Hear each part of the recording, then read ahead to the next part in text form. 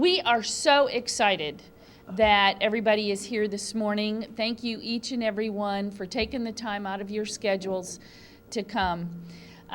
We have had conversations with the council, with citizen organizations, with the 2030 committee. All of those people are interested in having this city be a city that is known for its wellness and its initiatives toward wellness. A lot of things already go on in this city, but it's all kind of one-off type things. And those one-off things are great, and we want them to continue, but we want this to permeate into everybody's everyday life. I'm looking forward to today. Had an opportunity to spend some time with Todd Whitthorne and our speaker, Mark Fenton, over the last couple days, and you guys are in for a treat. I can tell you that. We have a very short, simplistic agenda, and I want to tell you that on the back is Mark Fenton's information for you to read at a later time. And then we will be sending around a sign-up sheet, and please let us know that you're here and your contact information, because this is just, it's not the first step, but it's the next step. And then from here, we have many steps to go. So it's my pleasure at this time to introduce Todd Whitthorne. Todd is a local celebrity, or he's a celebrity that happens to be local. But he has a huge passion for this topic, and we are excited that he is engaged. Todd Whitthorne.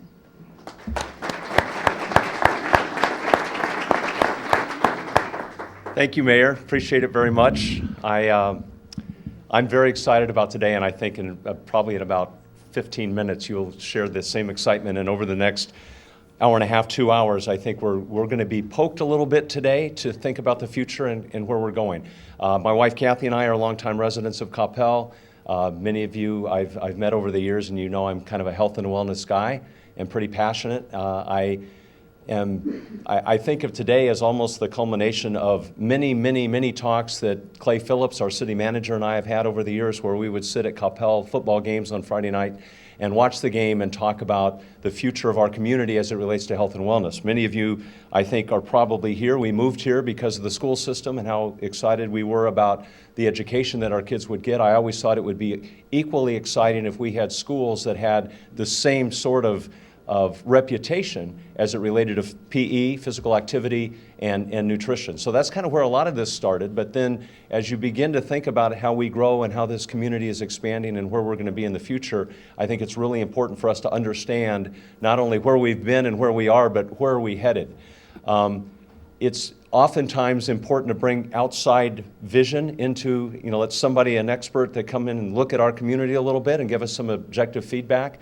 Earlier this year, I was privileged to attend a YMCA conference down in Florida, where I heard Mark Fenton speak for the first time. I knew of Mark's legend, but I'd never seen him in person. And immediately, my wheels started turning. How can we get Mark to come to Coppell?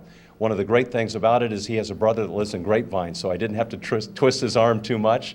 But you have his bio. Mark is MIT grad, both undergrad and graduate school, but most importantly, trained as an engineer, but has an eye for understanding and what I would call thin slicing a community very quickly.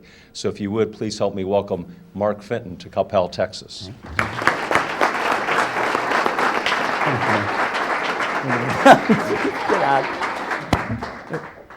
Needless to say, I've had to spend a day and a half with this guy. He told me he would pick me up at the airport and then be my ride. I would have passed on that had I known what I was getting involved with. You're going 100% all the time with Todd. There's no downtime. If you're in the car with him, he's making observations, telling stories.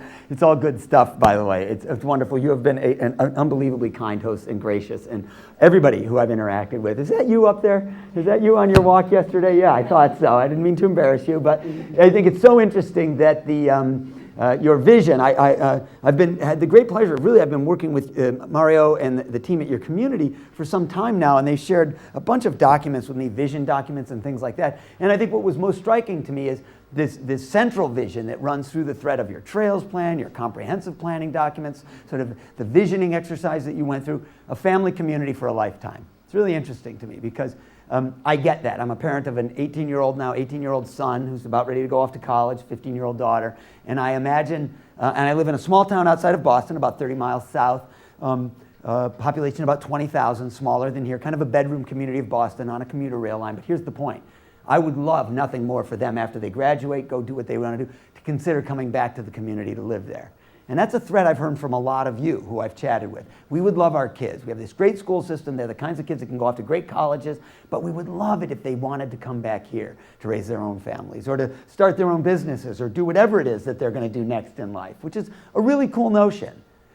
Here's the bad news. Ready? I'm going to challenge you today. I'm going to suggest to you, you're saying a lot of the right words, you have a lot of the right plans, you are starting with amazing raw material. Blessed. I mean, you're really blessed with what you're starting with. But you're going to have to make some really conscious decisions now, like over the next few years, not over the next 20 or 30 or 40. That's too late. Make some decisions now if you really want that vision to be entailed. And indeed, I'll warn you that at the heart of my talk, because I'm really a health promoter at its heart, my intent is for everybody in the room to squirm uncomfortably at least once during my talk, and preferably a few times. I mean that. You and I were just talking about health and health promotion. Those of us that work in health promotion know we are not doing the job. We are not doing the job. And I'm constantly squirming uncomfortably, trying to figure, as Todd is, how do we do this better? How do we actually help create a healthier generation? So you're forewarned. You got your nice breakfast, so that's the price. The price you pay now is a little uncomfortable squirming before we're done. So the way I'm going to create my conversation today is I'm going to answer 4 questions. When I propose to somebody they can build a healthier community, that's the very notion that Todd put before us. Could we be a wellness community, a community that's not only known for being convenient to downtown Dallas and great schools, an unbelievable park system? Wouldn't it be great if we were known as a healthy community, a wellness community?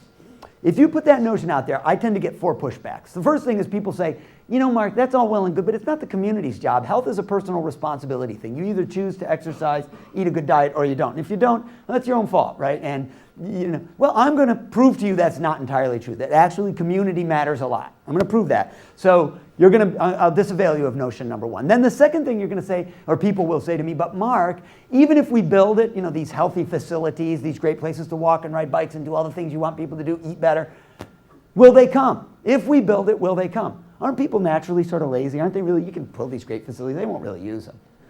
I'm going to convince you that if we build it, they will come. We've got data on that now. So then you should say to me, I hope, hey, Fenton, America is a free market society. We're a capitalist system. If this is such a good idea, why isn't the market taking us there? And I'm going to convince you that it is.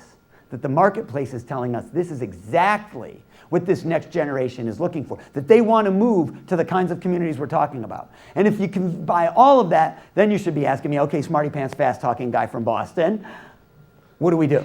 What's your genius prescription? And I don't have a genius prescription, but I'll tell you what I'm learning from communities all over the country. One thing I'm learning, by the way, is that we should go out there and look for unmet demand, like that goat trail along. I think we were on Beltline, Denton Tap down to Beltline, somewhere there, a section that doesn't have sidewalk, but people are trying to walk there anyway. You see the little goat path that they've worn? It's what I call a sign of unmet demand, right? You can find those all over the United States and all over your community, those little connector trails, paths, shortcuts kids use to get from schools to neighborhoods, things like that. They tell us something. They tell us where we can do a better job. So I'm going to ask you to start on this first question, this question of personal responsibility. Let's think about kids, because they're probably our most vulnerable population. And I did this exercise yesterday, so a couple of you that were with us at the Y meeting, please indulge me if you would. I want you to think back to your earliest fond recollection of having been physically active as a youngster. Now, I'm not talking about high school sports. I mean, play your memory tapes back to when you were a really little kid, as small as you can remember being physically active in some way. Close your eyes, actually, right now, and actually envision yourself. And I mean sincerely, close your eyes so you can picture yourself as a little kid being active. Think about where you were, who you were with, what was the physical environment, what were you guys doing? Then once you have that image in your mind, go ahead and open your eyes, turn to the person next to you, share those recollections right now. 10 seconds each, really quick. I just want to hear the kinds of things. What do you remember doing? I'm running up and down the street all the time, riding my bicycle. Yeah. My bicycle. Around the neighborhood? All over. Yeah, everywhere. Yeah. What do you remember? Oh, I thought I said, my mama shut the door and said, don't come in until the street lights come on. Kick the can. Ken, what was yours? What did you recall? Outside playing. Just playing out there. Playing trees, climbing trees. Okay. What was yours? What's that? What was yours? Oh, when I after school, Mom would kick us out of the house and tell us to go play. Get outside.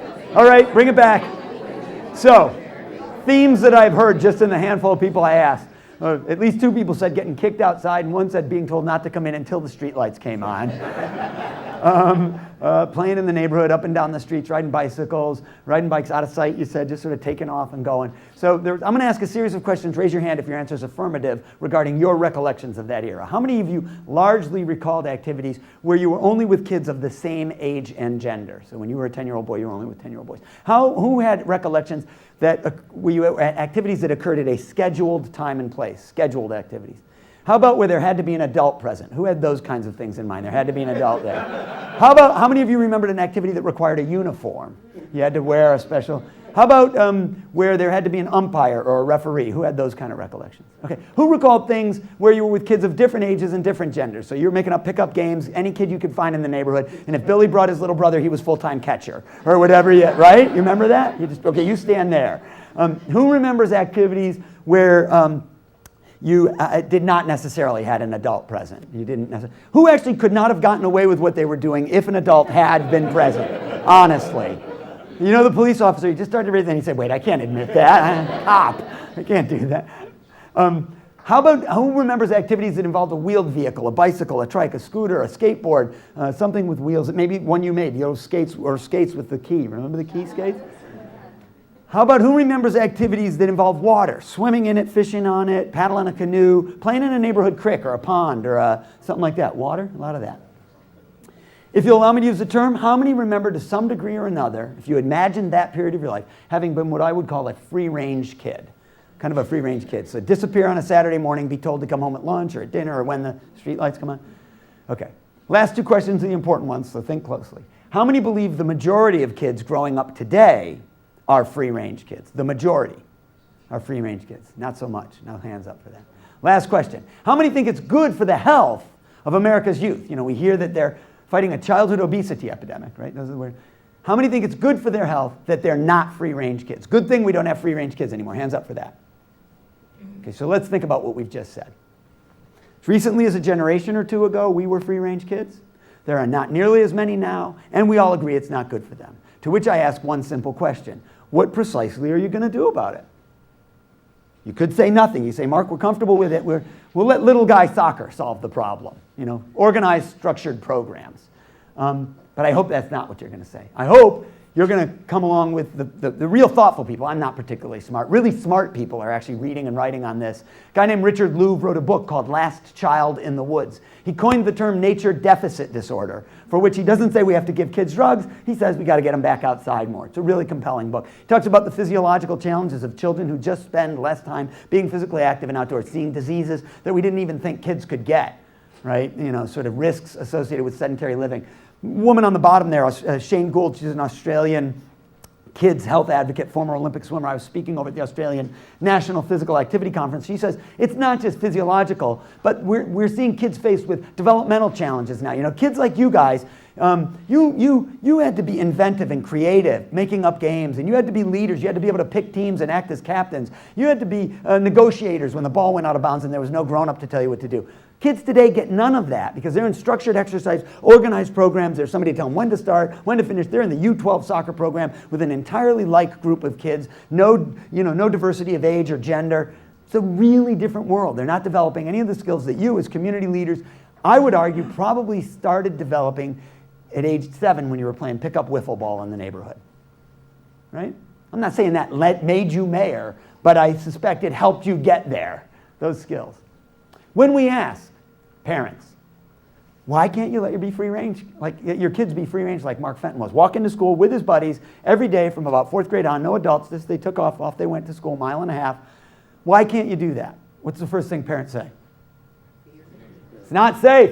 Yeah. Horrible, scary men with big, thick mustaches hide behind every tree. The mustache men are out there, right? We're petrified. We have, in fact, the Australian guy I was working with on their national program which they call No Child Left Inside. You've heard No Child Left Behind, No Child Left Inside. Great, right?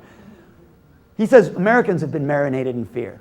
Because in fact, you tell me, what's the actual increase in violent crime against kids by people who don't know them? You know, sort of the mysterious mustache man. Over the 30 or 40 years since we were kids. Let's pick the time span in which the percentage of kids walking and bicycling to school, the green bars here, plummeted from over 40% to only about 15%. And the percentage of kids being driven to school by car went from about 15% to almost half. So an almost direct reversal in 30 years from roughly 1970 to 2000. And the actual increase in violent crime against kids is what? Over that time span, which should have been driving that behavior change, right? Oh, by the way, another interesting thing happened over that 30 years. Do you know what it is? Childhood obesity rates tripled. I can overlay the two graphics.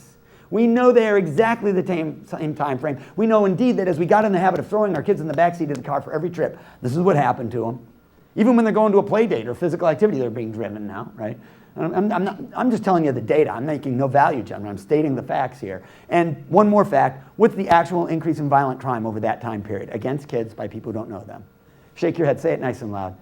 Kristen's right. None, zero, zilch, nada. We can find nothing. At the National Center for Safe Routes to School, where we work with schools all over the country trying to encourage more kids to walk and bike to school, and where parents tell us, but I'm fearful, we say, what are you really afraid of? Is it really the mysterious sort of nebulous fear, which in fact there's no data is any worse than when we were wandering the neighborhoods with groups of kids? Or is it the fact that the streets have been abandoned, that there's nobody out there now, right? So is it the fact that the roads are wider, traffic volumes and speeds are higher, vehicles are much larger, that the landscape is different? See, and here's the point. I can do something about the landscape. A nebulous imaginary fear I can't fix. But repopulating the streets with law-abiding citizens who are walking and bicycling and then fixing the roads so that they're actually crossable again, I can actually do something about that. And in fact, I'm going to suggest to you we must, because it's not just a matter of personal choice. If we tell our kid to sit inside and watch TV because you're safer than going out there, whatever out there is, right? And lead them to this. What they're being called is an obesity epidemic, but I think is actually the wrong thing to call it, because that's the tip of an iceberg. In fact, that special issue of Time magazine about type 2 diabetes really tells you the story, because that's in a disease that we used to call adult onset diabetes, right? Anybody here work in public health and remember that as recently as 20 years ago, that's the term we used. But we can't call it adult onset diabetes because it's not just adults. We now see this disease in 8 and 9-year-old kids. School nurses have to be trained to take blood glucose measurements and administer diabetes medications. That's a skill set they did literally not have to have. Who works is anybody in the schools here? Anybody a school administrator? Or anything in the schools? Your nurses, different skills than they had to have 20 years ago because of what I'm talking about here. There are real costs associated with this. This is not just an imaginary problem. So let us talk about what the two underlying behaviors are and what the research tells us, which is that it's not just an obesity epidemic, it's a host of chronic diseases and the costs associated with them based on basically two risk factors: physical inactivity and poor nutrition. And indeed, I suggest to everybody that as we talk about the health epidemics we're facing, and or on the other side of the coin, let's do the positive. If I wanted to build a healthy community, the two things I would want to do would be help people be more physically active and eat a better diet, eat more nutritionally. If I could do those two things, I'm talking about emptying 70% of the hospital beds, because that's what we fill our hospitals with now. Diseases associated really with three risk factors. I say these are two of the three. You all know that the third would, of course, be tobacco use. If I could lower, and in fact, the debate in Washington, one of my great frustrations, we've had this conversation about the health care and how we pay for it, single payer system, market system, hybrid. It's all shenanigans unless somebody starts to talk about the underlying need to do prevention of the three highest risk factors that fill our hospital beds and that are going to drive our healthcare system, however we pay for it, drive it into the ground. We've got to help people eat a better diet, be more physically active, and indeed not smoke. Okay? Questions on this opening salvo? It's sort of the public health setup. I'm going to admit some bias, by the way. So questions? No? Good with this? This is pretty logical, right? This isn't sort of rocket science to this point. I'm going to talk mostly about the physical activity side of the equation, not because it's more important than the other two, but because that's my area of expertise. I actually come from a background at MIT. I studied engineering, but then I got into the field of biomechanics. I worked at the U.S. Olympic Training Center, at their bioengineering lab. I worked at Reebok's Human Performance Lab. So I'm sort of an exercise science geek. I could tell you the details of running shoes and more. God, I could put you to sleep with that stuff. But I won't. I actually was a competitive athlete, too, if you can call it that, in the weirdest sport that they have in all of track and field. What is the weirdest sport in track and field? What's the goofiest looking thing that they do? No, he's thinking of the hammer throw, but there's something weirder than that. They have the guys that look like ducks when they're out walking. Have you seen race walkers?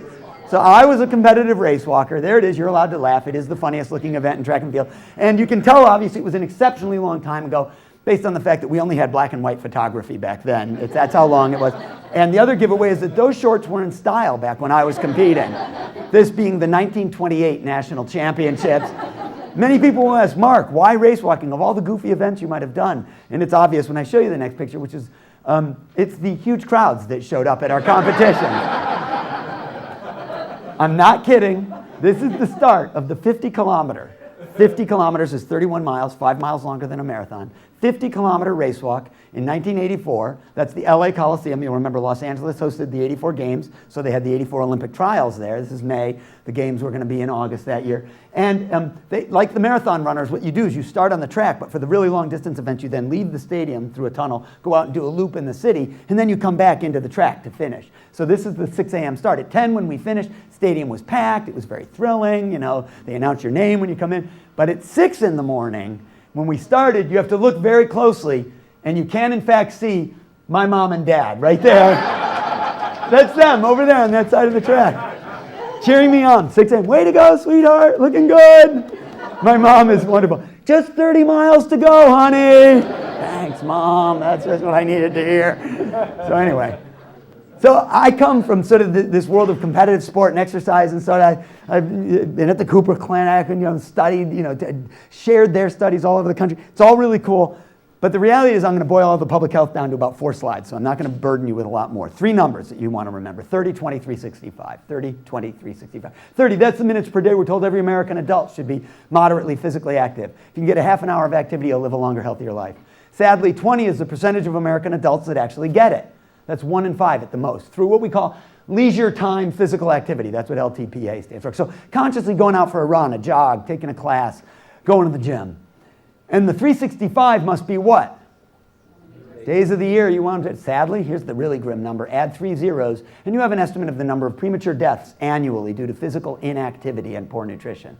So on average, about 1,000 people a day are dying due to the diseases: cardiovascular disease, stroke, type 2 diabetes, hypertension, diabetes and their complications, associated with sedentary lifestyles and poor nutrition. Pretty mind-blowing. Pretty mind-blowing. By the way, kids need more like an hour a day. The national guidelines say half an hour a day for adults on average, about an hour a day for kids, and it can be broken up. It doesn't have to be conscious exercise. Those people walking, I was in Denton, my brother went to UNT, so I was up there scouting and looking at David talk at Texas Women's. Wonderful walkable downtown on the square, at least, right around the courthouse and so on. And if those guys are just walking for errands, shopping and stuff, they walk a half an hour, they've gotten that dose. They don't have to have changed their clothes, gone to the gym. I think that's important to understand. Somebody who walks a child to school 10 minutes in the morning, walks 10 minutes for lunch, at lunchtime for errands, and then 10 minutes in the evening walks the dog. That accumulated 30 minutes helps reduce their risk for an early death. Everybody get that? That's an important thing to know because it begins to characterize how we get people being more physically active. Here's the 20% number, and the reason I show you the graph is only the yellow line representing that percentage of us actually getting the physical activity. 2 important lessons. 1, that's an overestimate because it's based on telephone survey data in which people tend to tell you what you want to hear as the surveyor, so they overestimate their exercise. They also tend to be taller and weigh less when we talk to them on the phone versus when we actually go measure it. The second thing, look close. So really the real number getting the 30 minutes per day, I don't want to depress you, is probably on the order of 5 to 10% based on what we do call objective measurement when we put monitors on people's hips. And in fact, Dr. Tim Church, formerly at Cooper, now coming back and working with you, then at Pennington, has actually done studies that show the dramatic reduction in the routine daily physical activity that humans have gotten over the last decades. Right, as we are less physically active in our routine jobs, right? I think there are just not that many people farming by hand anymore. My grandfather was a contractor, a home builder. He says he goes to a construction site, he says nobody's even swinging a hammer anymore, right? It's boom, boom, boom, boom, right? It's all, he said, that's a dramatic reduction in energy expenditure. The other notable thing about this graph, guys, look at it. For the last 20 years, it's dead flat. Whatever we've been doing, telling people to exercise, having exercise programs at workplaces, health fair, not working. Not working. What we're doing is not working. Why is it so resistant to change? Well, I think it's the stickiness problem, my last bit of public health. Here's a classic intervention study that tried to get people to walk 40 minutes a day over a 6-month intervention period. All the people in the study were increasing their exercise minutes per week. There were 3 groups. One group told walk 40 minutes at once. One group told break it into 4 10-minute walks if it's more convenient. Third group, they actually put a treadmill in their house. Said jump on the treadmill whenever you want. All of them increased their exercise minutes per week. For the 6 months that we're calling them on the phone and sending them email reminders and giving them prizes like t-shirts and water bottles, which we love to do in health promotion. T-shirts and water bottles, lots of them. Squeeze balls, fanny packs, baseball hats, lots of prizes, right? Works. 6 months, they all increase their exercise. That's not the important question. The important question is after the intervention was over, what did they do? Did they keep increasing? Did it plateau or did it drop off? And even though at 6 months, they showed statistically significant increases in fitness and losses in weight, so moderate daily walking was in fact working. You tell me which arrow shows the trend for the group after we stopped calling them on the phone and bugging them. Down. Totally depressing, absolutely true. When we do these kinds of studies, this is what we see, right? Behavior, this is the takeaway. Behavior change alone does not work. Ask law enforcement about when they try to do a speed reduction program on a road. If all they do is have officers out there with radar guns or put the speed trailer out there for a period of time, what happens? It's the reverse. It's this graph, actually. Speed goes down, and then over time, once they leave because they got to go to the next location, what happens to the speed on the road? Creeps right back up, right? By the way, this is actually a weight loss study. Same exact phenomenon. Early weight loss followed by regain. Even if you're in Weight Watchers, which is the yellow line, sure, you lose more initially, but you're regaining it after about 6 months. My important point here is just telling people to exercise, eat a better diet, not enough. We actually have to think about building food systems so that we're eating more healthfully all the time, and community systems so that physical activity is a part of daily life, not a conscious thing we have to carve time out to do. So don't tell me it's just a matter of personal responsibility. Even people in studies who wanted to exercise more could not maintain it given the environment that they lived in and the social and cultural norms and so on. So these are really important takeaways. They set up sort of the next piece of our discussion. I have, by the way, an intervention. I am looking for a community in which to pilot it. I will someday be famous for this. It's this acronym. I will. They're going to call me. I think there's a Nobel Prize in this for me. It's called PAPI. The acronym stands for Physical, and I'm looking for a community if you guys want to try a pilot study. Physical activity promotion through predator introduction. And I just think we got to put our natural predators back in our living environment. We'll get a lot of activity. It'll be like this. You'd be coming in the door here for the sign up and you go, whoo, I got to tell you, that mountain lion that they released over on Beltline, that thing is fast. Whoa, got a little stitch. So honest to gosh, I presented this. I was doing a very serious talk for the Centers for Disease Control, but I actually threw this in. And one of the docs is a friend of mine, goes, hey, so Fenton, that's kind of interesting because it's Darwinian. And I said, that's right, because you don't have to be able to run faster than the bear, just the guy you're with. Think about it. You knew that was coming, right? So we'll cull the less active from the herd. If we can't do that, if I'm not going to get funding for that, I guess I'm going to have to go with what social psychologists tell us, which is for behavior change at a population level. If you really wanted to say, let's build a healthy community and have everybody in the community benefiting, I can't just focus on individuals and say, do this, don't do that. Don't smoke, exercise more, eat a better diet. That just doesn't work. You end up with the stickiness problem, the curve that goes up but doesn't stick, right? That's what the stickiness problem is. How do I get that brief behavior change to stick? You have to actually operate at a bunch of other levels. You have to have family and friends, your workplace, your school, your healthcare provider, the environment, the built environment and the policy environment all have to steer you in the same direction. Only then do we see behavior change. And we have lots of examples of this from public health, the classic being tobacco, where we don't just say don't smoke, it's bad for you, but we make it hard to smoke in public places. We tax the product. It's not advertised on television anymore. We're far more careful about enforcing the ban on the sales to minors so they don't get addicted to nicotine as young people. Everybody understands that, right? That's what's called a socio-ecological approach. So I'm not telling you anything you don't know. So the interesting problem here, this is what we've learned in public health. The easiest stuff to do here is at the top of the pyramid, right? It's much easier to do a 10-week quit smoking program or a 10-week walking program. It's much harder to change zoning ordinances so that we're building bike trails in every neighborhood, right? Which is way down at the bottom of this graphic. So although the easy stuff is at the top, I would argue the stuff that changes stickiness is at the bottom, and that's the problem, right? Because we in public health, I'm taking the blame for this as much as anybody, have tended to gravitate to the top. We do a lot of educating and encouraging. We haven't really focused on environmental change, but we really have to. By the way, if you think about our successes nationally, I mentioned tobacco, and a great example of this is that, I, as a competitive athlete on the U.S. national track and field team, had to ask for a non-smoking seat on an airplane. Do you remember those days? Who else is old enough? Do you remember what it meant? You could well be sitting in the row in front of the smoking section and thereby smoking secondhand smoke all the way. Today, my kids never will smoke secondhand smoke on an airplane, not because when we get on the plane, we say, hey, there's some young people on the plane, would you guys not mind not smoking? It's because the law says you can't. And I know that sounds draconian, but we've decided we don't want to subject our kids to that secondhand smoke, so that's what we've decided, right? Well, but the same could be said of seatbelts and child safety restraints. We could talk about our recycling. We could talk about diseases like cholera and dysentery, waterborne illnesses, which, by the way, places like Haiti, which don't have modern sanitation systems like that, still suffering a horrible cholera epidemic right now. You guys aware of that? It's unbelievable. It's a hot epidemic.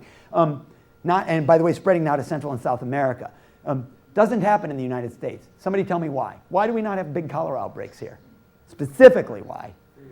Yeah, we have treatment systems, but specifically, what are the details that we do? We're building a new housing subdivision. Let's do this. Developer comes in and says, Mark, we're just coming out of the recession. I want to build this subdivision, but money is tight. So I, by the way, served 6 years on my planning board, so I know how these conversations go. I was chairman for a while. So Fenton, we're coming in, but times are tight, so we'd like to pull back the costs a little bit. What we're hoping to do is go with, rather than connect to the sewer system or put in septic, we'd like to go with open pit toilets in this neighborhood. You okay with that? Give us a permit for that? What would we say? And if you threaten to sue us, what would we say? Bring it, because we got the ordinances on our side. You're going to waste your money and you're going to pay for the lawsuit. We're going to win, right? Now, same developer comes in and says, times are tight coming out of the recession and everything else. I know that your plan says we're supposed to build these bike lanes on bike trails on both sides of the street and then connect to that nearby trail 100 meters outside the thing. I'd really like a variance on that. I'd like to not have to do that because that's extra cost. What do we sometimes say? Go ahead. The planning director's not in his head, so he knows that he lives in this world with me. All across the country, by the way. I'm not saying you guys. I'm saying all across the country we would frequently say, go ahead. To me, the sidewalk, that bike trail for those kids, if I want them to live a free-range life, is just important as the clean water. Just as important. And we should not think of it as any less so as we go forward. By the way, you say all the words in your planning documents. It's not like you guys don't get this. It's there. I was really impressed with what I read. By the way, quick side note here. Let's look at per capita cigarette consumption in the United States over the last 100 years. When did it dip down? Not back in the 1950s when we knew cigarettes killed us, but way out here when we started to engage in policy level change. Hard to smoke in public places, bars and restaurants, all that kind of stuff. Change the actual social norms. Right? I'm giving you this as an example to remind you we've got evidence. Now, you say to me, okay, you're talking physical activity, and many people intuitively kind of get the nutrition side. We were just talking about taking sugar-sweetened beverages out of school, candy machines out of schools. Give me water instead. Give me fruits and vegetables as the snacks. How about if our neighborhoods had fewer fast food joints and more farmers markets? Those are kind of the winning propositions. People intuitively get the nutrition side. But when I start to talk about exercise or physical activity, they still drift back to, so Fenton, are you saying every workplace has to have a gym, fitness center? Are you saying I should put a treadmill in every house? I showed you the study. They put treadmills in the houses. That was still not sticky. That's not enough. What we have to do is recognize that we got to build a world where being physically active is a part of daily life. Not conscious, I'm going to do it now, but I can actually get it. Now, some people will go and do it, but I think it's that 5 to 10% number. We need to be thinking about the broader figures here.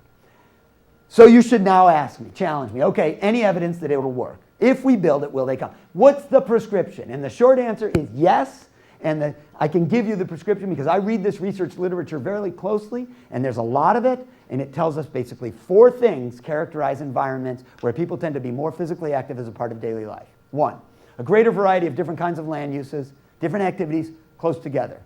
2, they're well connected. You can get between them without getting in your car. You can walk, you can bike, you can take transit. There are systems other than just the automobile connecting those land uses. 3, when you get to the destination, it's designed in a way to reward you rather than punish you for showing up on foot rather than by car. Got it? So you feel like you're invited. And last but not least, it's safe, it's accessible, it works for everybody in the community. Young and old, all income levels, all abilities and disabilities.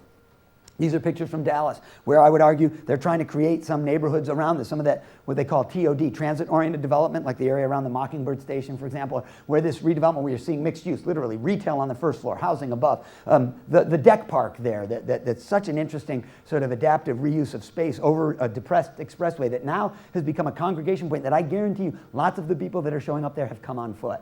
Lots of people are coming from the nearby businesses and or housing, and if they've walked 10 minutes each way, they're 2/3 of the way to their 30 minutes that day. Everybody get that? Right? And they don't even know they've exercised. All they thought was they were walking down to one of those food trucks for lunch. I'm okay with that, because you don't have to think it's exercise. All I want you to do is get your dang 30 minutes. Right? Seriously, you want to be the healthiest community. So I can show you pictures from all around the region, though. I don't have to, go to Portland, Oregon, and places like that. We're talking about more compact neighborhoods. The first thing is really sort of tightening things up. By the way, here's the interesting thing. I read your comp master plan for 2030. Everything that I'm saying is said more eloquently in your document. This is a great document. You guys should be very proud of this comprehensive master plan. You lay all this out. You say, right, we want to have where people live and work and shop and play and learn and pray, those things more in proximity rather than spread out. We want them to be mixed. By the way, I show you a picture of downtown Denton only because traditionally that's what we did. Main streets in America were this. Think about it. Retail on the first floor, housing above. That square had civic institutions, the county office buildings, the county court, there'd be parks nearby. You'd have all this stuff in proximity. In Old Coppell, right? In Old Coppell, historically you would have had all that kind of stuff in proximity, all those different uses and needs. That's what we traditionally built, right? Walkable, I don't think we called it walkable neighborhoods, but that's what they were. 2, then we got to have all the facilities. Sure, mundane stuff like sidewalks, but multi-use trails, bike lanes, transit. I mentioned transit. People kind of intuitively get the first part. Sure, I need a sidewalk. If my kid's going to walk from my house to school, there's got to be a sidewalk or a multi-use path to get there. If they're going to ride their bike, there's got to be a bike lane to get. I get that, right? But why transit? Well, there are studies that tell us regular transit users get more likely to get the 30 minutes a day, not by any conscious exercise, but by the act of walking to and from the transit stop. Is that counterintuitive to anybody here? Now, I mentioned this because you guys are transit light at best, right? Or transit not. And yet, you are so close to downtown Dallas. You're sort of in a space that many people would say you should be looking at it. And if you're thinking you don't need it now, that's not the question. Transit takes time to build. Even stuff that's not on fixed rail, things like bus routes and so on. So you should be thinking in a decade, where are we going to be? In 2 decades, where are we going to be? Again, you say the words in the planning documents. Are you as a community ready to actually tackle that? When you talk about bicycling, it doesn't mean striping a bike lane everywhere. It means looking at different kinds of treatments, from just allowing cyclists to be on road, the top picture, to having what are called share rows or shared use arrows, telling drivers and cyclists to expect to see one another, to actual dedicated bike lanes, to separate multi-use pathways or trails. And I show you that picture from the lower left. That's from the American River Trail in Sacramento, California. Not a particularly glamorous trail. In fact, you're looking at it and saying, God, it looks kind of gross underneath the elevated expressway. Turns out it was the last 2 miles of trail they were able to do. This trail goes 20 plus miles out to Folsom Lake, east of Sacramento. Gorgeous trail, by the way. You see people exercising and riding out on it. These last 2 miles, hard right of way to get. They ended up having to use, as I say, the highway corridor for part of it. It's the most important 2 miles of the trail. Has anybody been out there? Anybody ever been on this trail? Got a guess as to why I call this the most important 2 miles? This is not the section you have to drive your car to a trailhead, take your bike off, and go ride. This is a section that huge numbers of people can access because it's proximate to their innermost suburbs, and it gets you to downtown where their transit center is. So that guy is not on a recreational ride. He's riding to work every day on that trailer, every day that he can. And in so doing, by the way, he's taking one more car off the highway. He's one less car they have to park downtown. He's reducing his greenhouse gas footprint. And by the way, his employer gains the benefit of the fact that he's getting more than his 30 minutes a day. So he's at reduced risk for cardiovascular disease, type 2 diabetes, all the things that would cost them a ton. He is lowering our health insurance. Indeed, we run into the problem. People will sometimes say about a trail like this, why are we building these trails? I would never ride on a trail like that. I've heard they're dangerous or scary or whatever imaginary reason I'm not going to go. And I say, I don't care whether you ride on it, because if that guy does, he's one less car I have to contend with, and he's lowering my health insurance costs because we're all in the same darn pool. So I don't care if you're never going to use it. We're building the trail because we're building a healthy community, and the people who do use it will confer benefit on all of us. You're thinking, my God, this guy is like totally over the top for 8 o'clock in the morning. Kind of frothing at the mouth and everything, and I apologize.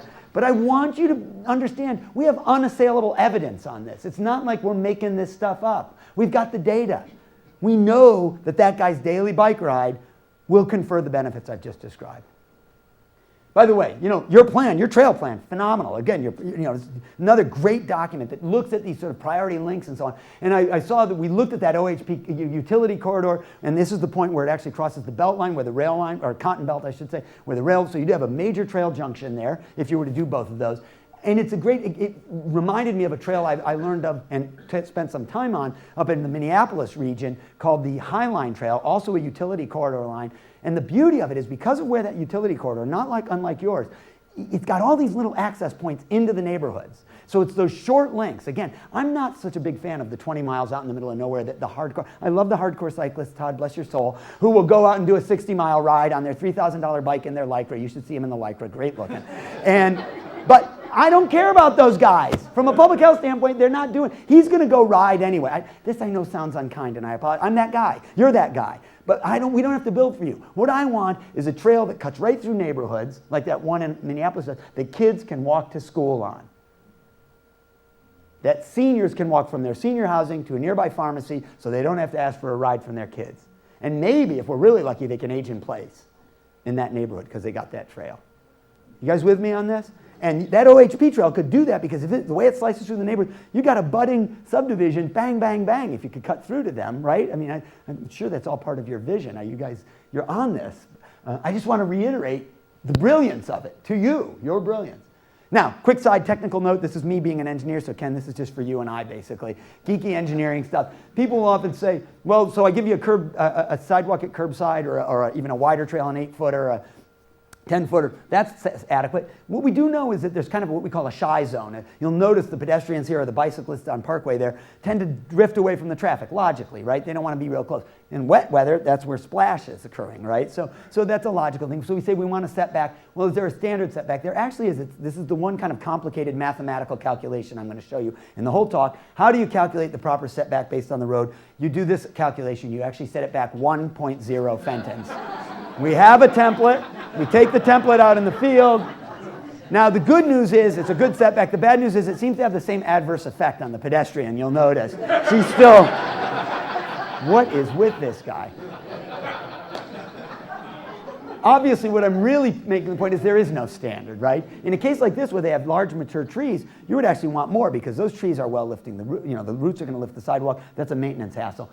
And if I have enough right of way, I would have rather have the sidewalk or the trail, the path, be back further. In other occasions where I have less space, I'll take less if I can take it. But any separation is beneficial. Indeed, even striping a bicycle lane. So here they were right of way restricted, but the act of striping a bike lane confers, again, some buffer between the active travel lane and the pedestrian way. I was impressed to see on the other side of Parkway at 0.95 Fenton setback, so that's pretty good. We're very pleased. The mayor actually took that photo. She did a very good job. We had the template out there.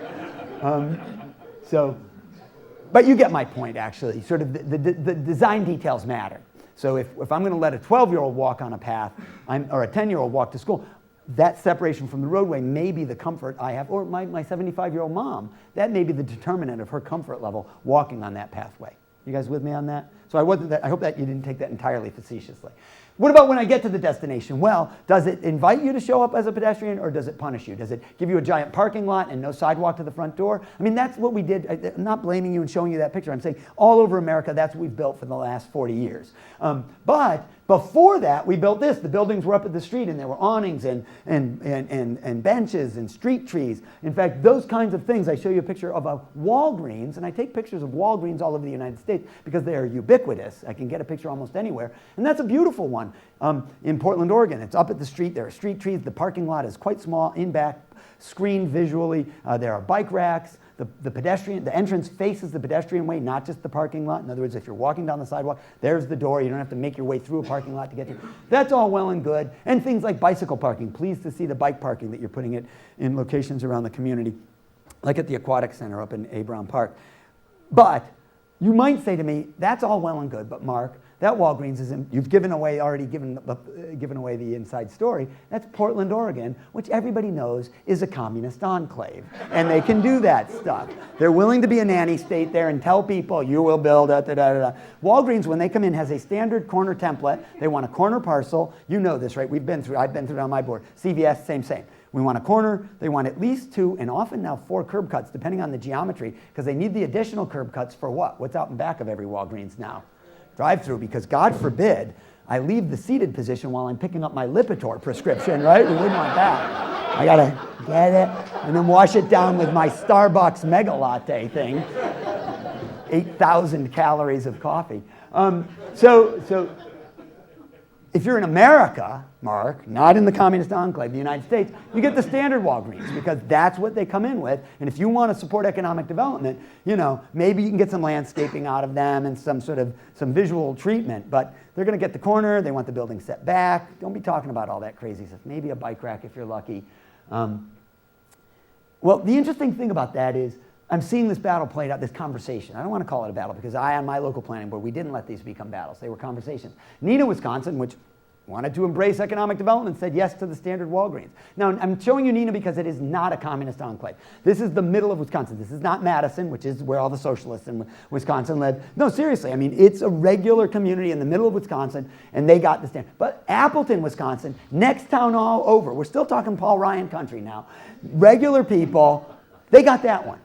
That Walgreens is up at the street, and it's got street trees and lights and awnings and a much smaller parking footprint. They're largely accrediting the municipal parking for the... Here's my point. They had a conversation with the developer, and in the moment when the developer said, that's not our standard, we're going to take our ball and play somewhere else. We're going to withdraw the permit application, go somewhere else. What did the board have to be willing to say? Go right ahead. Really hard to do. In the public hearing, on the meeting that night, here's the developer and the lawyers and the bankers and the engineers, and they got the drawings, and they say, this is our standard, blah, blah, blah, blah. And then we asked for bring it up to the street, make it more bicycle and pedestrian friendly. Mark Fenton's mom wants to be able to get to that thing. What would have changed the tenor of the conversation? What would have helped the board, the elected or appointed officials who had to make that call, would have made it easier for them in that moment to require the lower left Walgreens?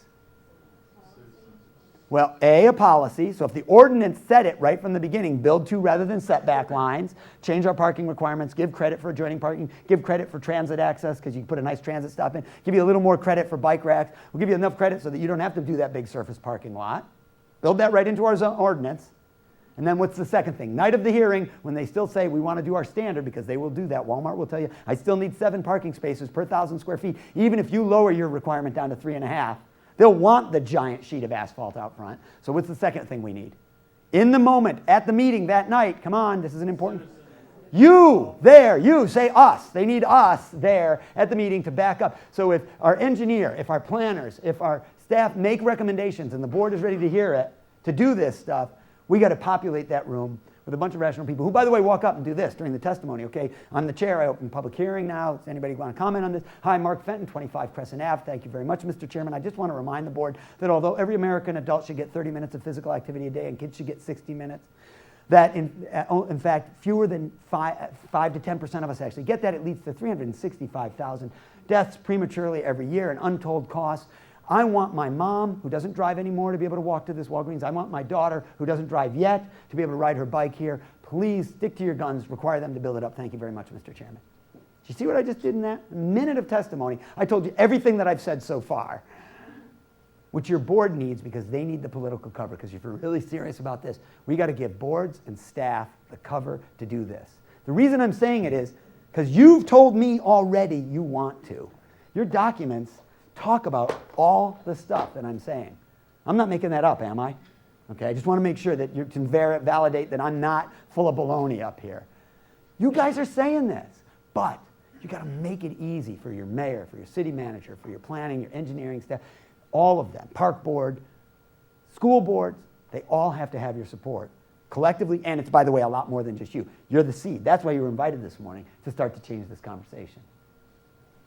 Last of my 4 things, safety and access. Here's what we know, that I can have the school close enough. There can be a sidewalk that gets me there. The design of the school could have bike racks and up at the street so I don't have to cross a parking lot to get front door. If I feel like I'm going to get run over on the way, I'm still not going to let my kid walk, right? It's not safe. If I feel like I'm going to get mugged. And the best way, I talk to law enforcement all over the country. We work with them. I say, what's the best thing to deal with the get mugged fear, the crime fear? we could talk about call boxes, and we can talk about lighting. And they said the best thing is eyes on the street. Give me more pedestrians, law-abiding citizens out there. You give me people who are familiar out walking on that very path, I'm that much more comfortable. My mom let me walk to school in part because she knew I was going to be walking by houses where I was known by everybody, and there were other people out there. You guys understand what I'm saying, right? So we can do the other stuff, the security measures and all, but in the end, what you really need to do is build the system. And the system, by the way, the engineers know how to do this.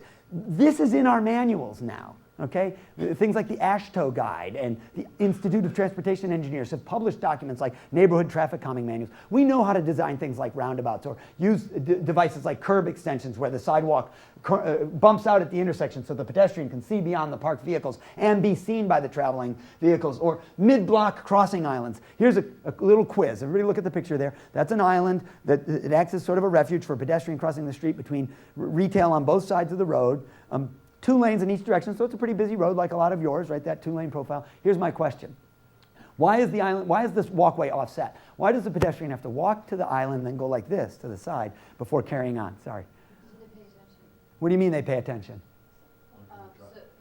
Their gaze is actually directed toward the oncoming traffic, isn't it? It's a subtle design tool that engineers like Ken have already come up with, and they know how to do this. And if you said, this is what we want more of. See, if we say what we want to do is move more cars faster, you'll get what we've got for the last 40 years. We as engineers, we know how to design that stuff. We'll do double left turn lanes and all sorts of things that can plow cars through. But if you say, geez, we'd like a world where pedestrians and bicyclists can coexist with the car, you got a really cool toolkit. You got to decide you want to use it. You got to ask for it. Right? And that means it's not just about moving cars through, it's about also getting pedestrians across, for example, or bikes along. So those are your calls. One of the hot topics out there, just to give you an example, is lane realignments, where communities are reassessing whether they want to add lanes or actually alter lanes. This road from the left to the right, same road before and after a project. It was just a repaving, but they decided that they wanted to make this change. They went from 4 lanes to 5, really. What it is 1 travel lane in each direction. Used to be 2 travel lanes in each direction. Now it's 1 with a center turning lane, which actually reduces collisions, right? Because what they've done is they've taken the turning vehicles out of a travel lane, so you don't have people getting rear-ended or people trying to go around the turning car and creating a collision in the right lane. That's the good news.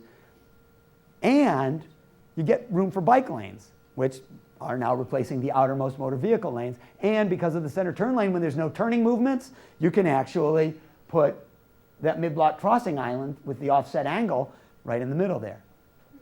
All of a sudden, what we just did was make it actually better for cars, and bicyclists and pedestrians. Everybody wins. Now, I'm not saying you can do that everywhere. I'm just saying people are reassessing whether the answer to a road like that is just to add more lanes and add turning time on the signalization and so on, or to reassess it entirely. Let me give you another geeky example. This is some of the diagonal parking that's in Old Coppell, right? That's over in your neighborhood, isn't it, where we saw you guys the other night?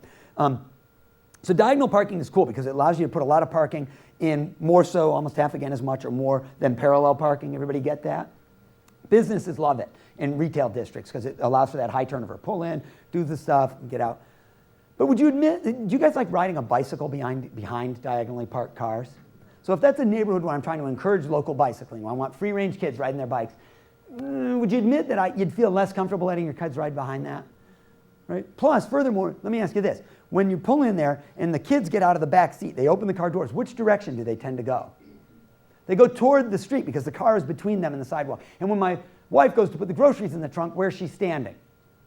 Out in the road, right? The trunk is out in the... Well, how can I fix all of that while still maintaining the density of parking? Anybody seen a treatment that is an alternative to this? Gets me as many cars, but solves every one of the problems I just gave you. Say it again? Back it in? Are you crazy? Who is this guy? Who let him in? Who let him in here? So you're saying you would have a sign up like that that says pull past the spot and back in. You'd change the angle of the stripes, and you'd actually have cars back in so that now when I open the car doors, where do the kids go? When I go to put stuff in the trunk, where am I standing? And when I go to pull out, what am I looking at? The car or the bicyclist that I'm not going to hit. Everybody get that? It's called reverse diagonal parking. It's a standard in Des Moines, Iowa now. Their design standards say if we're going to do diagonal parking, it's reverse diagonal parking or back in. It's totally insane. You tell people this idea, they go, are you crazy?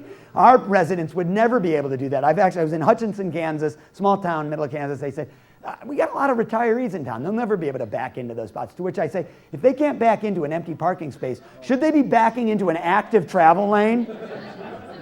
So either you've got drivers who shouldn't be doing any reversing and take out all your diagonal parking, or you can look at the data, the evidence which we have, which is that there's a lower severity of collisions in these kinds of conditions, because what you get is a 3-mile-an-hour ding as I'm backing into an empty space as opposed to backing out into a car going 30. So here's the real point of this. The only reason I put this slide in, I don't care whether you put it, I mean, you should, it's the logical thing. But what I want to make the point is, our job collectively will be to change the conversation from the initial emotional response people have to these ideas, all of them. Transit and Coppell, oh my God, those kind of people will be able to come out here if we have transit lines coming through Coppell. Trail in my backyard, but weird guys with big thick mustaches will use that trail to look in our windows and possibly steal our televisions. I'm not making this up. This is stuff we hear in public hearings, right? Back-in parking, are you crazy? We have to change the conversation, lower the heat, calm people down and say, okay, got it, let's vent our emotional responses, have the public discussion, and then let's look at the data. What does the evidence tell us about roundabouts?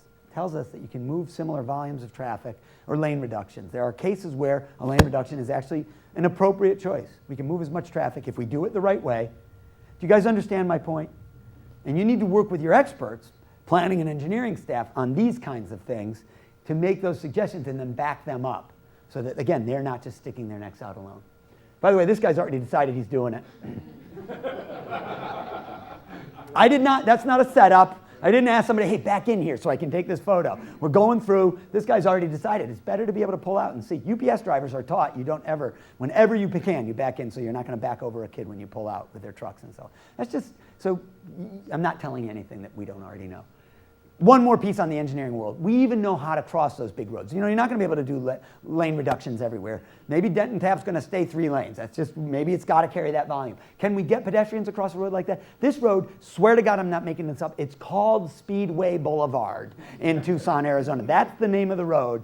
And on one side is a whole grocery store retail complex, and on the other, some of the University of Arizona graduate student housing. So they had students going back and forth all the time. Now they could have done the crazy, start to put up fences and other deterrents. So what you would have is students now crossing the road and climbing over fences, right? It's not like they would go the 1/4 mile out of their way to the 2 intersections, right? Because I'm not making this up, right? If it's a 1/4 mile either way to an actual signalized intersection with a crossing, we know the pedestrian won't do it. They will try to overcome whatever barriers you put in place. Similarly, put an overpass, they will often defer from using the overpass because it takes them out of their way. They'll still cross at grade average. Pictures all over the country of pedestrians crossing under overpasses, all right?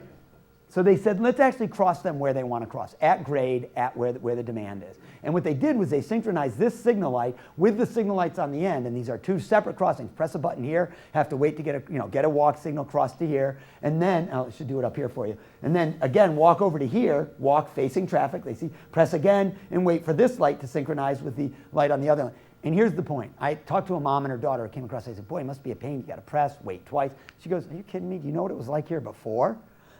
I have to wait 30 or 40 seconds. I'm fine with that. It's where I want to cross. I don't have to go a half mile out of my way, and I'm safe with my son. I would never take my son to cross here. A little bit of perspective on that. Okay, so can you cross big roads like Denton Tap, like Beltline? The short answer is yes. But how about on some of the neighborhood streets where you've got what are called 4-way stops? I think some of those could be changed to little mini roundabouts. It's not always the big roundabouts. This is another tool we're seeing. They act as a traffic calming tool. They send to slow traffic. They don't require every car to stop. So if you come to that intersection and there's no other vehicle there, why sit and idle in the neighborhood, sending out your pollution into the neighborhood? Why not instead just defer, go right around the little circle there? So those are what they call mini roundabouts. And you'll notice this one, the design has what's called a mountable curb, so that the biggest fire truck in the department can still get through. The rear tires can roll right over that. The occasional moving van that has to come through, right? So just giving you images, visual images of the kind of treatments available. I'm adding a 5th team to my 4 elements of healthy community design, because I'm not doing justice to nutrition, but I want to say this. As you start to get into conversations about community design and zoning and sort of planning and so on, you can't help but realize that there are nutritional components mixed right in. So whether it's where you're creating space for urban agriculture and community gardens, I love the community garden that's right across the way here. It's beautiful. In fact, there's a picture of it. But farmers markets, how about zoning ordinances that allow for backyard agriculture? So things like beekeeping or chickens, compost. These are hot topics now. Communities are actually exploring this stuff. I don't know if it's not here yet, But it's coming. These conversations are coming. How about the really wild stuff? The communities are actually looking at how much fast food they have, where they want to zone for it, and whether they want to allow more. You ready for this? Los Angeles County, as a part of public health funding, did a study and looked at the density of fast food restaurants in their community. And you tell me, where did they find the highest density of fast food restaurants? Where were they most prevalent? Not just schools. Say it again. Lowest income neighborhoods. The very neighborhoods where we have the highest rates of diabetes, obesity, hypertension, also the neighborhoods with the least walkable streets and the most fast food joints. We should not be surprised that it's what is now being called in the research literature an obesogenic environment. We should actually be surprised any kid who's not overweight in those communities because of what we've designed. They have therefore, you ready for this, put in place a moratorium on the development of any more fast food. They've put a definition in their zoning ordinance. They are not giving any more permits for McDonald's, Chick-fil-A, Taco Bell. Everybody understand what I just said? Perfectly valid, by the way. If I can say no to a liquor store within a quarter mile of an elementary school, I can certainly say no to a fast food joint. The data's out there now. We have enough evidence about proximity and use. Those are the kinds of conversations really healthy communities are having. This may be contentious stuff, but I'm just letting you know. We've got examples, so you're not starting at zero. So these would be my 5 elements. If you said, so characterize it again, mix of land uses, good connections, good site design, safety and access for everybody, healthy, affordable food systems. That website at the bottom is maintained by Robert Wood Johnson. If you're a geek and want to read, where are some of the original articles? Where's the data that makes this case? That's where you would find them. They have a great bibliographic sort of reference there. You can put in trails and physical activity, boom, they'll bring up recent studies. So activelivingresearch.org. activelivingresearch.org is a great resource if that stuff interests you. All right. This is all great, but if it's such a good idea, why hasn't the market taken us there, Mark? We're a capitalist society. Shouldn't the market get us there? My short answer is, it is. There are really compelling studies out there about the value of housing in more walkable versus less walkable, better transit versus less transit-served neighborhoods. And what we're seeing, this is an interesting one by a group called CEOs for Cities, so a national nonprofit business leadership organization. Okay, so this is not the Sierra Club. These are business leaders who are saying, what makes a thriving community? And the study they did said, we see higher housing values if you compare 2 identical houses with different walk scores. Now, walk score is a national website. Who's familiar with walk score? No? Oh, cool. Everybody write this down. Somebody with a device, actually fire it up. Get walkscore.com up right now and put your address in. I just did a couple. So the one on the right is a residential neighborhood sort of near the Denton Tap Sandy Lake intersection. And the other one is more up near A. Brown Park, sort of one of those neighborhoods to the east of Andrew Brown Park, east and to the right. And here's what happens. You see almost twice the walk score. It gives you a score from 1 to 100 of the walkability of the address that you plug in. All right, 1 to 100. More walkable is essentially dependent on proximity of different kinds of destinations. Think school, shopping, park, playground, churches, right? The more of that you have, the higher your walk score. The less that's within walking distance, the lower your walk score. So you have dramatic differences over Coppell. So these highly sort of residential neighborhoods that don't have even a corner store nearby, you're going to see walk scores like 20 and 30. I ran a bunch last night. You get to the neighborhoods where you can walk to a store, to an elementary school, to a park, one of your amazing parks, you'll see like a 60, a 70, all right? And what we're learning is people desire those and will pay more for them, higher housing values. In the recent downturn in the economy, when they compared foreclosure rates across communities, one of the distinctions was communities that were more walk, bike, and transit friendly had lower foreclosure rates. Everybody hear what I just said?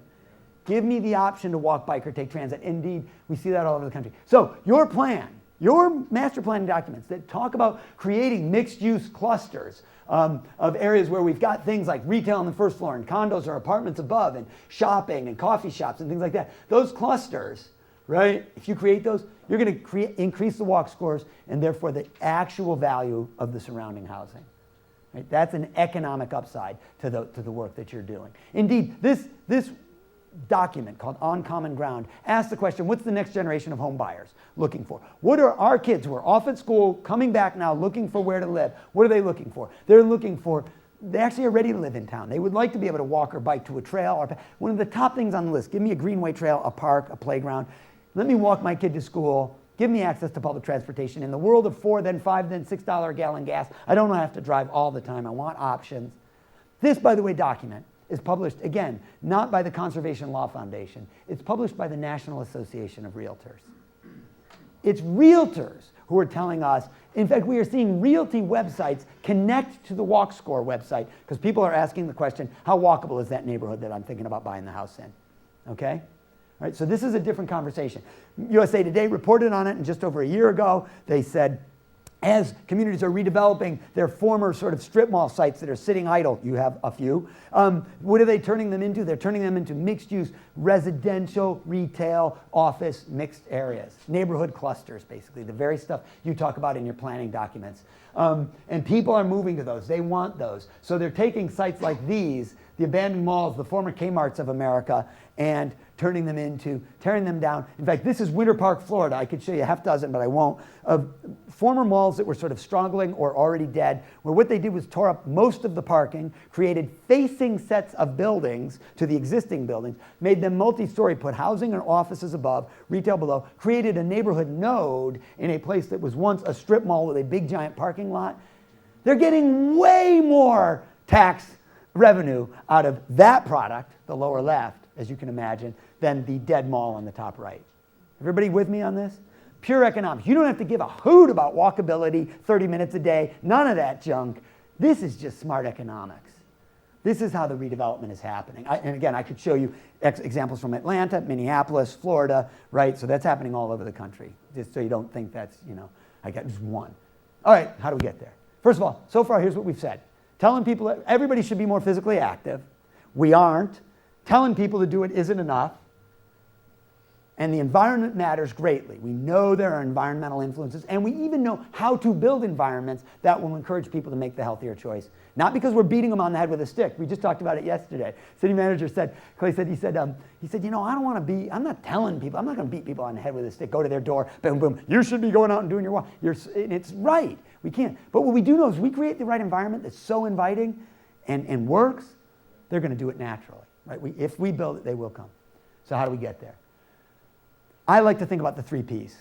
The programmatic stuff is the classic sort of encouragement, education, awareness building. We still need to do that, but it's not enough. That's just the top of the pyramid. We now need to build the physical infrastructure, right? Build the missing bike lanes, connect the links in the trail system that you guys have talked about, refurbish the great parks that you have. You have this amazing plan that you guys shared with me yesterday for Andrew Brown Park that is going to take it from gold standard to platinum is what you're going to essentially do. I mean, it's really phenomenal stuff.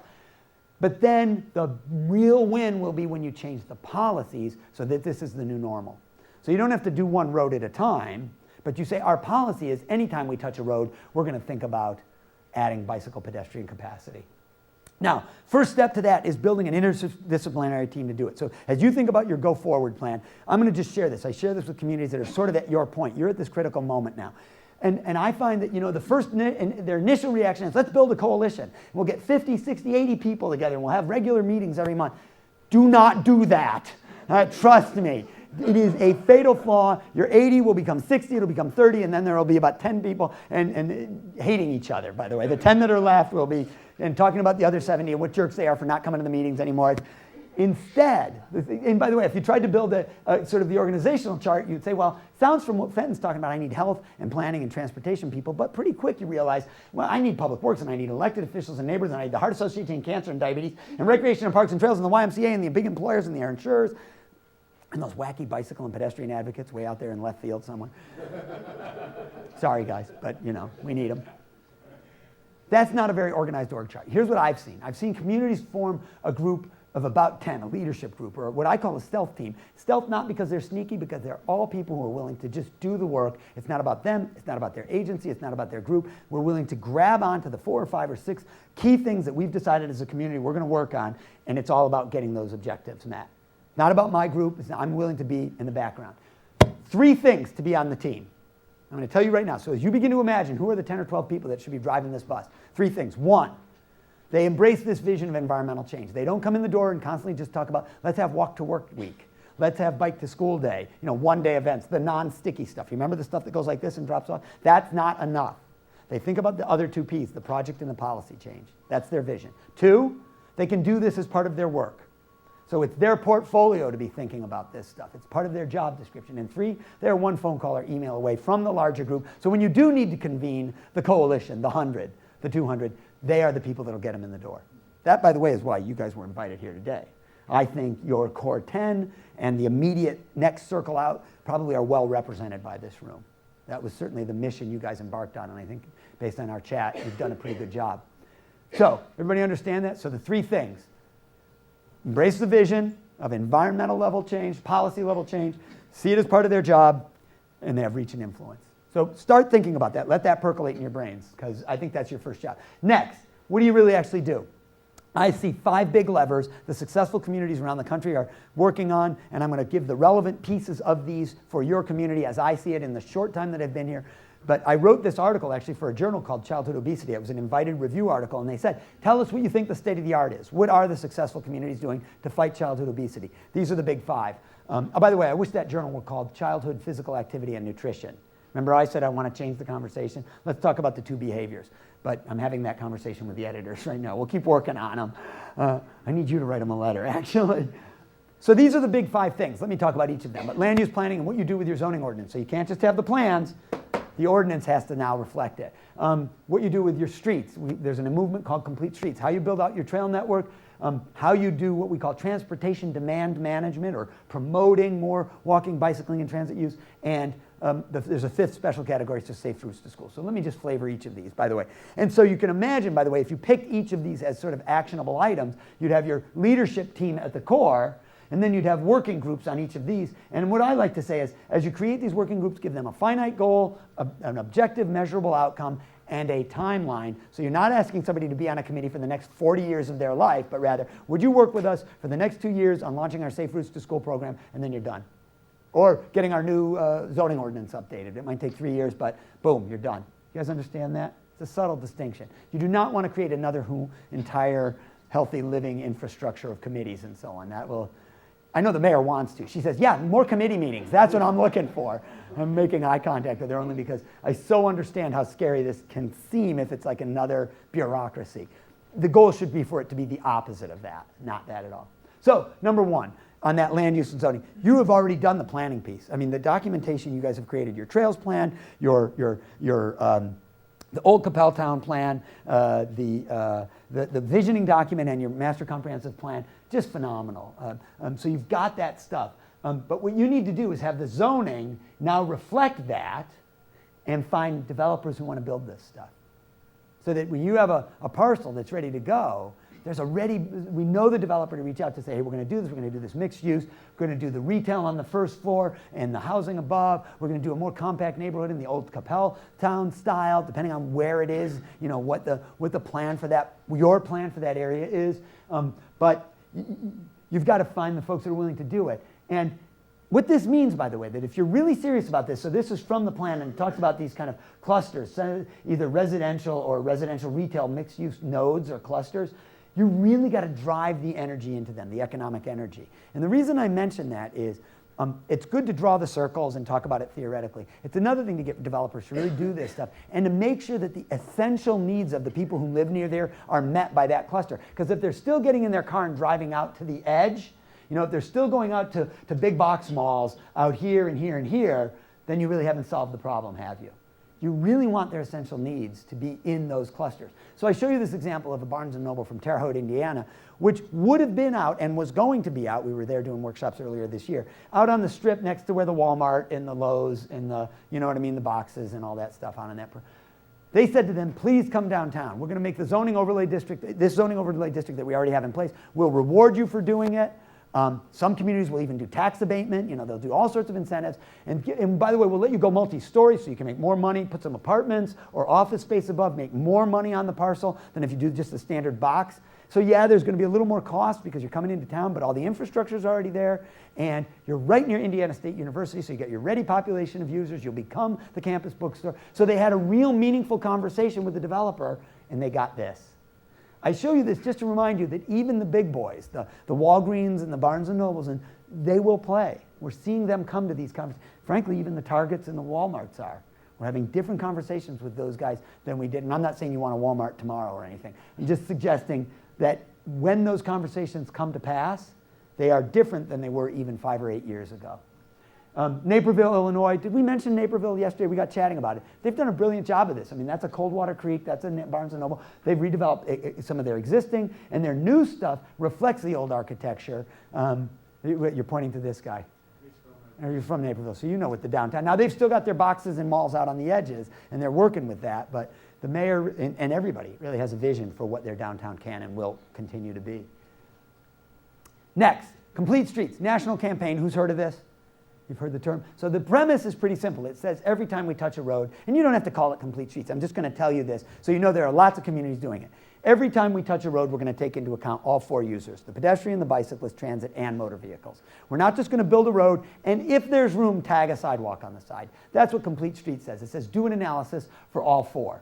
And the really important thing about this, I think the important takeaway is it doesn't mean tomorrow we got to find a $80 million budget to go put sidewalks on the roads that don't have them. What it means is that anytime we do touch a road, whether we're digging it up because we have to do sewer or utility work, or it's natural and part of the repaving program, or there's development happening along it, when we do, that's the opportunity to make these upgrades. And sometimes it's going to be as simple as paint. So the picture on the right, those are called SHAROs, shared use arrows, appropriate for lower volume, lower speed roads. Sometimes it'll be a separated pathway. That's an 8 or a 10-foot pathway over by the Amazon building on Freeport. But it's a great facility because it's off the road. It's only about a third of a Fenton setback, but I'll take it because, you know, that's a big boulevard and it's a nice wide pedestrian bikeway. But on a road like a Moore Road, you can't help but look at this and say, there's a lot of real estate right there, right now, curb to curb. And you know, could paint change the character of that road? Could a bike lane go onto that road as it is right now? When you get past north of Shady Lake there, now you're into an area where there's parking on street. So we have to ask the question, does it have to be there? Is it necessary parking or is it just convenience? Because this is a pretty important north-south corridor in the community and a good choice for bicycle traffic because it's not Denton Tap, right? You know, it's not one of those roads where you'd be less comfortable putting a 14-year-old cyclist out there, right? But this road may be with a bike lane and so on. And one of the simple ways I've seen communities, one of the early policy adoptions I've seen communities do to get to this space is to simply change in their routine permitting practice. They no longer ask for just what's called a TIA, traffic impact analysis, which you tend to do any development of any size, you tend to ask for a TIA. But they actually are asking for MMTAs, what I call MMTAs, multimodal transportation analysis. So you're saying to the developer, I want you to analyze all four potential user groups, all transportation modes. How many pedestrian, bicycle, and transit, as well as motor vehicle trips, could emanate from this location? So I'm building a single-family home residential, development, and I'm a quarter mile from a school. There's a lot of potential pedestrian trips if the links are there.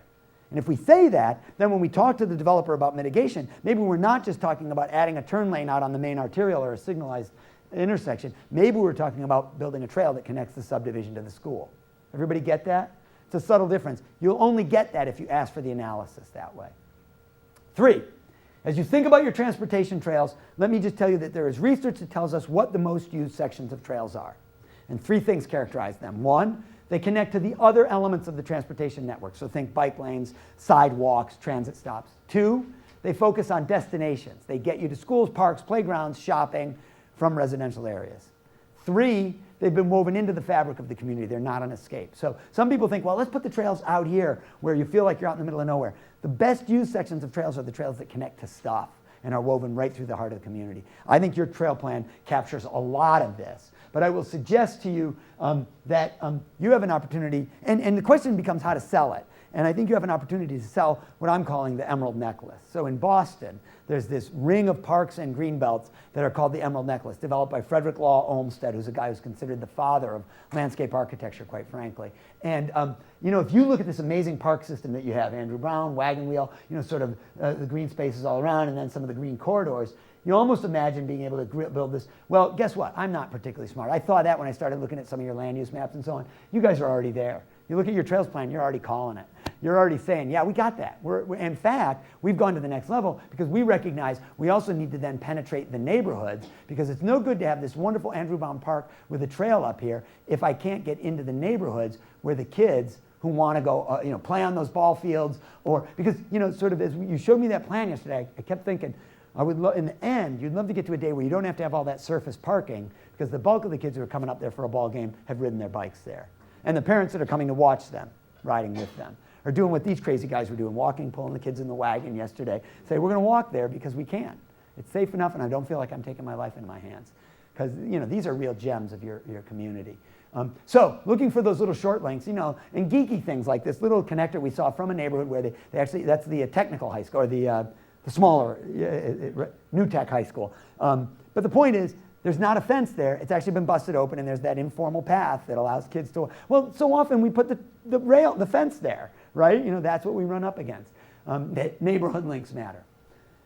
Okay, here's one of the hard ones, but I really think this has got to be on your radar. You have to think about what transportation in this region is going to be like, not just tomorrow, but in the next 20 or 30 years. And you have to ask yourselves, for those of us that work downtown, will the traffic always be like it is now, or will it continue to grow as Flower Mound and Louisville and places like that grow? And you're doing this huge interchange at 121 and 635, all of which will be over capacity in another decade. I mean, we plan for 30 years, and again and again and again, what we as engineers see is the 30-year time horizon pulls up to 10 or 12, right? I'm not making that up. It happens all the time. Because we just, the volume grows, the growth out there happens faster. So here's my point.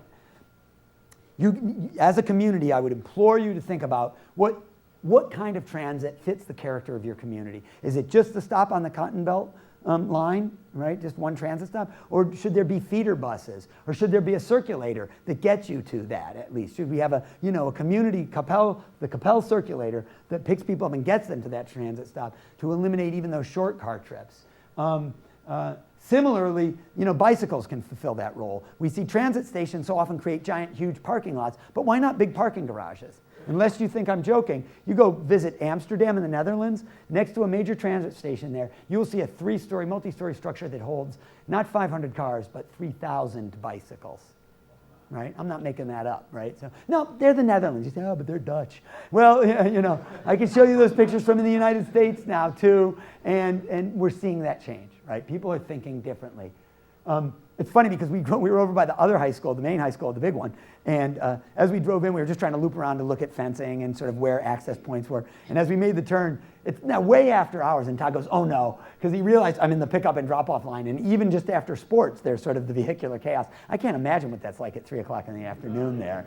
But I'm just, So my only point is, these are important hubs, and by the way, high schoolers could ride bicycles if we built the system for them. I know we're America, and when you turn 16, you get your license. I know how that works. I will tell you the quick anecdotal story of my son, who I made a deal with. He's 18, not just getting his license now. I said, dude, you hold off for a couple of years. One, you pass through those high-risk years as a driver. We know the most dangerous driver on the road, 16-year-old boy. No, second most dangerous is a 16-year-old boy with his buddy in the car. Seriously, that's the most dangerous. You do not want to be near that car. So anyway, I said, you do that, save me those dollars in insurance. I bought him a gorgeous bike. I bought him a bike that I want, way better than my bike. And I said, I still made money on the deal because I got the bike and I didn't pay for 2 years of car insurance of the highest risk driver on the road. So anyway, it is possible to deal with high schoolers. I guess that's my point. You can have conversations with them. City manager Clay's thinking to himself, what do you tell me? I got to buy bikes for every high school, every 16-year-old? I'm not. Last but not least, safe routes to school. You have neighborhood elementary schools now, too. That's the beauty of your community. For the most part, you've got a lot of schools, elementary schools, that are proximate to neighborhoods.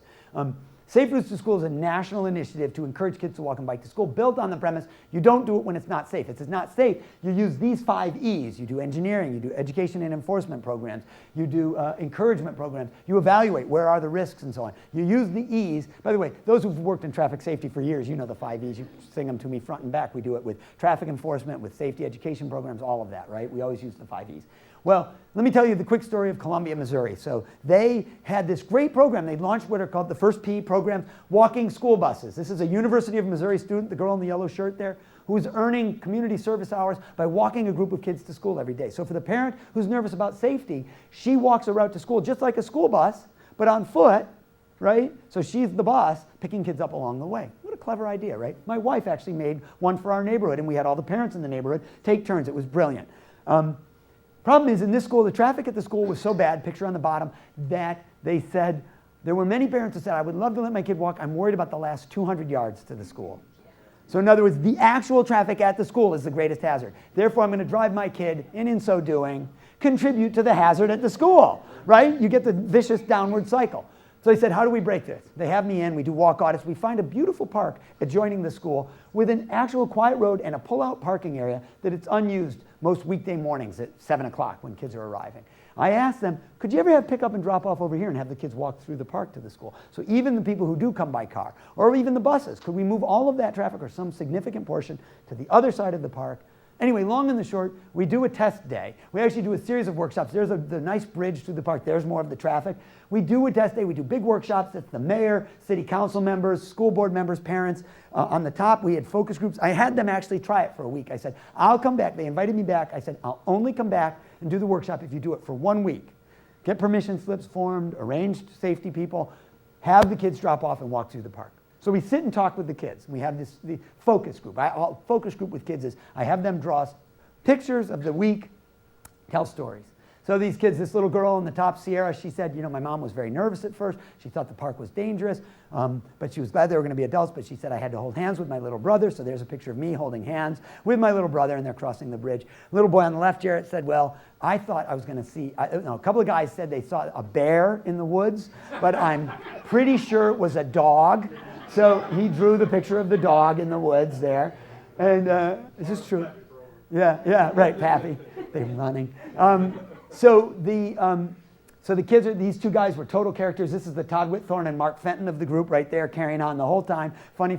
One of them talking about how his friend fell in the water. The kid on the left, you'll know, which he didn't do, by the way. It's just this elaborate story.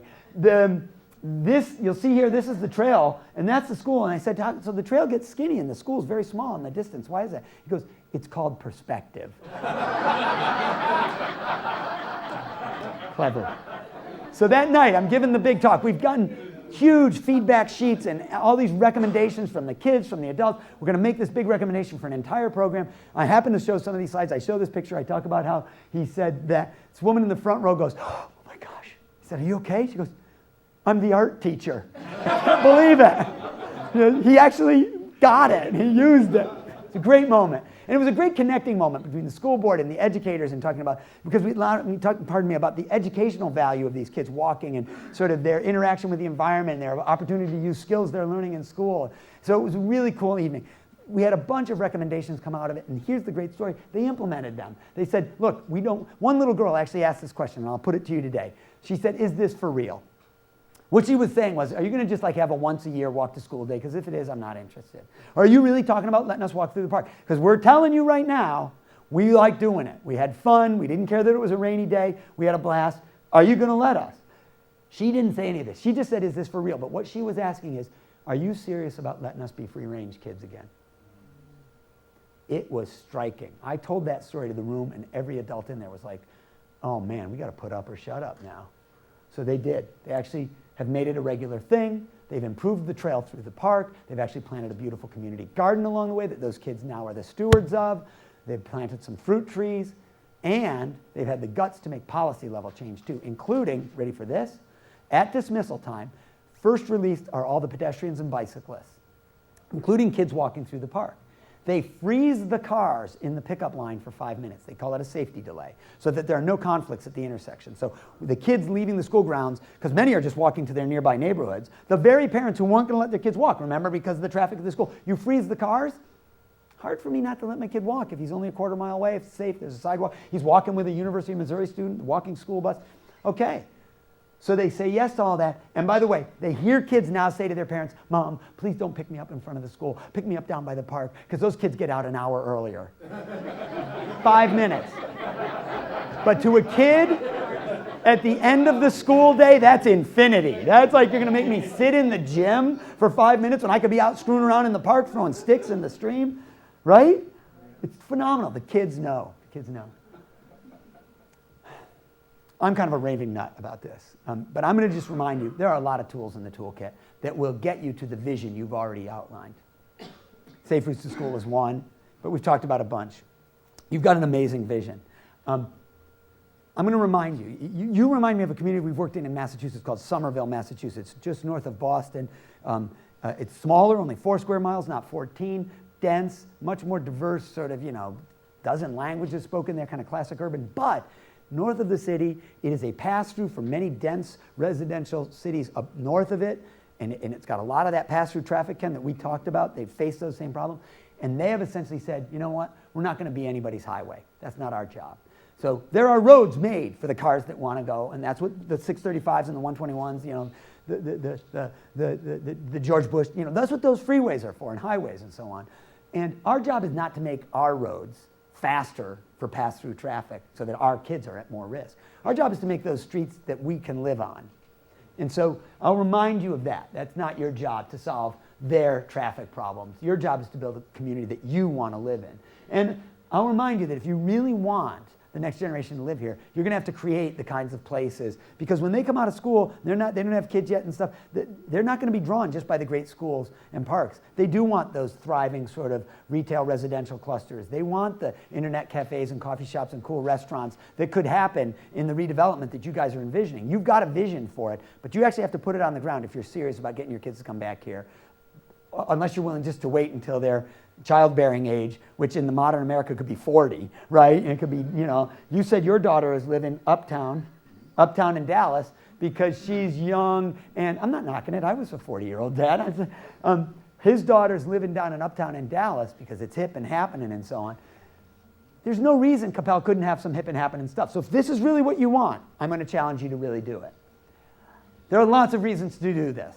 Air quality. I told the story yesterday that we kill 4,000 pedestrians every year in the United States. Closer to 40,000 die in motor vehicle collisions, but as I told you, nearer 400,000 due to sedentary living and poor nutrition. I could talk about our dependence on foreign oil and their implications for air quality and greenhouse gases. I can talk about the fact that employers are looking to locate in more livable communities where employee retention will be high and, wait for it, where healthcare costs will be low. When employers are doing assessments of where they're building, they're asking those questions now. They don't just ask about the quality of schools and the parks, which are important livability indices, but they now want to know, how active is that population? Are they going to cost me a lot in heart attacks and cardiovascular disease? But I'll end with this story. Plainfield, Indiana, walking on this beautiful trail system they have there. They just put that bridge in that summer. This woman comes across, young mom with her baby on the back. I say, can I take your picture? Sure. She stops. They're going to look at we're right by the Little League fields. But that trail in another direction would take you back to their community center, and in another direction back to a really dense residential area. I say, wow. So I heard they just put this bridge in this summer. I said, pretty nice, huh? She goes, oh yeah, it's been a lifesaver for us. I said, lifesaver? Wow, that's pretty strong. I mean, it's just a bridge. She said, well, we've kind of been going through a tough time. What do you mean? And I didn't pry. She just offered this. She said, my daughter, Sarah, the little girl on the back of the bike there, is actually being treated for a form of childhood leukemia, I think is what she told me. But it required her to take an immunosuppressant drug, a drug that suppresses her immune system so she doesn't reject the treatment. And she said, so she's kind of susceptible to colds and things. So they really don't want her playing with other kids right now, but I don't want her to feel like a baby in a bubble. She loves the bike rides. It is the one time in the day she's back there giggling and laughing, and she likes being out on the bike.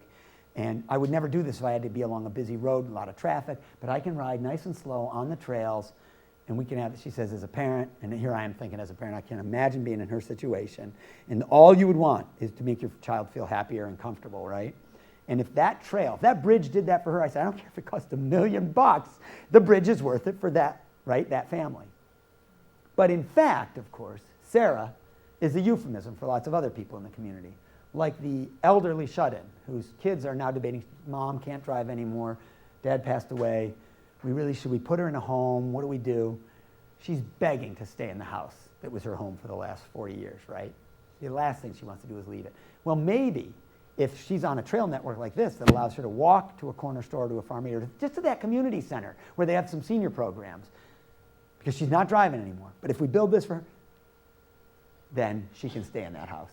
It's the one thing she's asking us to let her do. Or maybe it's the latchkey kid, the kid of a single parent who's working 2 jobs, who says, when you get home from school, you go inside and lock the door. It's the one place I know you're safe, right? You call me on the cell phone, tell me you're home. But now she says, if you and 2 of your buddies want to walk together down to the soccer fields or to the rec department where the after school, the great program is, you can do that because you can go on the trail, you're not on a busy road, and you call me when you get there, I'll let you do that. That's who Sarah represents. That, I submit to you, is who you guys claim you want to take care of in the plans that you've built. So the only question that remains is, are you actually going to do it? Will you do the hard work? Because it's hard work. It's hard work, and it's going to be uncomfortable for people because it's change, right? Changing roadscapes, changing transit, changing how we get to school, changing the food offerings in our school cafeterias, taking out the soda machines that make money for the team uniform. All of that stuff is uncomfortable stuff to do. It's all exactly what you say you want to do. So, and I commend you for getting to this space. I am a raving nut job about this, quite frankly, not for any of you who seem like very nice people, except for one person in this room. There's one person who we're doing this work for. Everybody look back there. See that little guy sitting in mom's lap? Hi, buddy. Sorry. I just put him, oh, sorry. Sarah, him, my kids, who are now 15 and 18, but I've frozen in time at 3 and 5 because we love them so much. No, we love them now. Because, here's why, they're the first generation that's going to end up with statistically shorter life expectancies than their parents. Statistically shorter life expectancies than us. Not because of Ebola, HIV, AIDS, avian flu, any weird thing like that. They're going to have shorter life expectancies than us because of the diseases they're getting based on sedentary living and poor nutrition. Which is sort of mind-boggling when you think about it in the 21st century. Because we don't have a vaccination for it. We're not fixing this the way we fix smallpox and polio. We do, though. It's healthy community design. I believe building communities for free-range kids is a massive quantum step back toward extending their life expectancies and, more importantly, the quality of those lives that they will lead. So that's my challenge to you. And I can't thank you guys enough, both for having me. You know, you guys have been great hosts, letting me sort of understand where you're at and letting me challenge you this way, because it is really cool to see where you're going. And I have the greatest hope for you. So thank you very much. I really, really appreciate it.